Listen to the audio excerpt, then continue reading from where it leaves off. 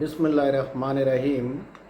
বাংলাদেশের 97% মাধ্যমিক বিদ্যালয়ের দায়িত্ব পালন করেন এমপিওভুক্ত শিক্ষকরা।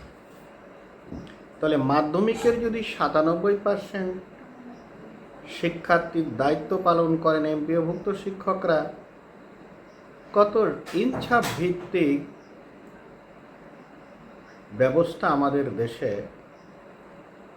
এই 100%-এর মধ্যে 3% সরকারি শিক্ষকদের শিক্ষা ভাতা দেয়া হবে, বাট যারা 97%-এর মেজরিটি রয়েছে তাদেরকে শিক্ষা ভাতা দেয়া হবে না।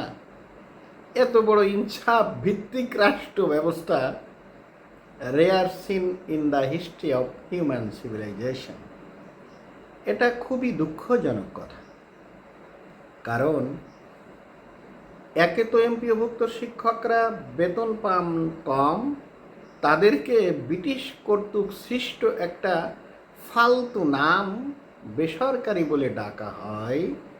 কিন্তু যে শিক্ষকরা সরকারিভাবে নিয়োগপ্রাপ্ত হইয়া সরকারিভাবে এমপিওভুক্ত হয়ে জাতীয় বেতন স্কেলের 100% পান, 5% ইনক্রিমেন্ট পান, বৈশাখী ভাতা পুরোটাই সরকারিদের মতো পান, সব কিছু দেখভাল করে একই কর্তৃপক্ষ, তাদেরকে যারা বেসরকারি শিক্ষক বলেন, এইসব ননসেন্সদেরকে দিগম্বর করা উচিত।